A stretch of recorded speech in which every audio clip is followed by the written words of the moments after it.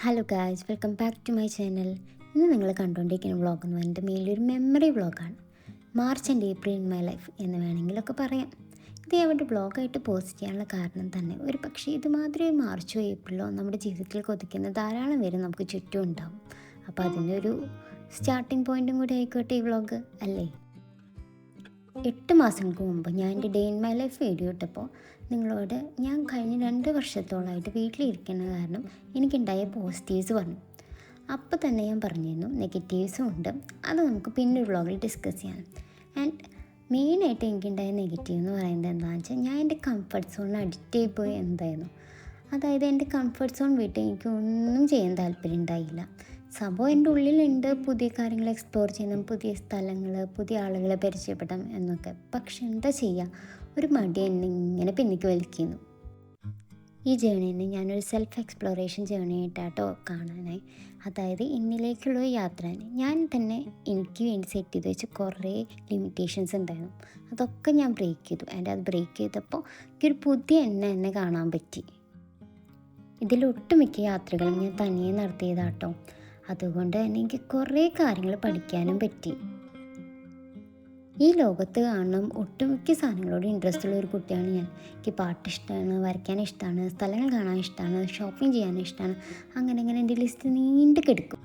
എല്ലായ്പ്പോഴും ഞാൻ തന്നെ ഓരോ പ്ലാനും കൊണ്ടുവന്ന് ഞാൻ തന്നെ മുടക്കും. അമ്മ എപ്പോഴും പറയൂട്ടോ എൻ്റെ അടുത്ത്, നീ ഇങ്ങനെ പറഞ്ഞിരുന്നാൽ ഇരിക്കലേ ഉണ്ടാവുള്ളൂ, നീ അങ്ങോട്ട് ഇറങ്ങി നോക്കി ചെയ്യാൻ. അതുതന്നെയാണ് ഞാൻ മാർച്ചിൽ ചെയ്തത്. ഞാൻ തനിയെ ഉണ്ടായുള്ളൂ യാത്രകളിലൊക്കെ. ഞാൻ പൊതുവെ ഒരു പീപ്പിൾസ് പേഴ്സണാണ്. അതായത് എനിക്ക് ചുറ്റും കുറേ ആളുകൾ വേണമെന്ന് ആഗ്രഹിക്കുന്ന ഒരാൾ. പക്ഷേ എല്ലായ്പ്പോഴും എല്ലാവർക്കും അവൈലബിൾ ആവാൻ പറ്റിയെന്ന് വരില്ലല്ലോ. അതുമാത്രമല്ല, ഞങ്ങൾ എല്ലാവരുടെയും ഇൻട്രസ്റ്റും ഡിഫറെൻ്റാണ്. സോ അപ്പോൾ മറ്റുള്ളവർ ഫോഴ്സ് ചെയ്ത് നമ്മുടെ ഇൻട്രസ്റ്റിലേക്ക് കൊണ്ടുവരുന്നേക്കാൾ എപ്പോഴും നല്ലത് നമ്മൾ നമ്മുടേതായ ഒരു കമ്പനി എൻജോയ് ചെയ്യാൻ പഠിക്കുക എന്താണ്. ആൻഡ് അത് എൻജോയ് ചെയ്ത് തുടങ്ങിയാലുണ്ടല്ലോ പിന്നെ നമ്മുടെ ലൈഫ് ഏറ്റവും ബ്യൂട്ടിഫുള്ളായിരിക്കും. ഞാൻ ഈ യാത്ര സ്റ്റാർട്ട് ചെയ്ത് തുടങ്ങിയപ്പോഴാട്ടോ എനിക്ക് മനസ്സിലായത്, ഇത്രയും ചെറിയ ചെറിയ കാര്യങ്ങൾക്ക് വേണ്ടിയാണോ ഞാൻ ഇത്രയും വർഷമായിട്ട് കാത്തിരുന്നത്. എനിക്കിതൊന്നും നേരത്തെ ചെയ്യാൻ തോന്നാതിരുന്നത്. പലപ്പോഴും മറ്റുള്ളവർ എന്ത് വിചാരിക്കുന്ന എഴുതിയിട്ടാട്ടോ ഞാൻ പലതിൽ നിന്നും മാറി നിന്നത്. പക്ഷെ ഇപ്പം ഞാൻ ആ തോന്നലൊക്കെ അങ്ങോട്ട് എടുത്തു കളഞ്ഞു. എനിക്ക് വേണ്ടി ഞാൻ തന്നെ ഇറങ്ങിയാലേ ശരിയാവുള്ളൂ.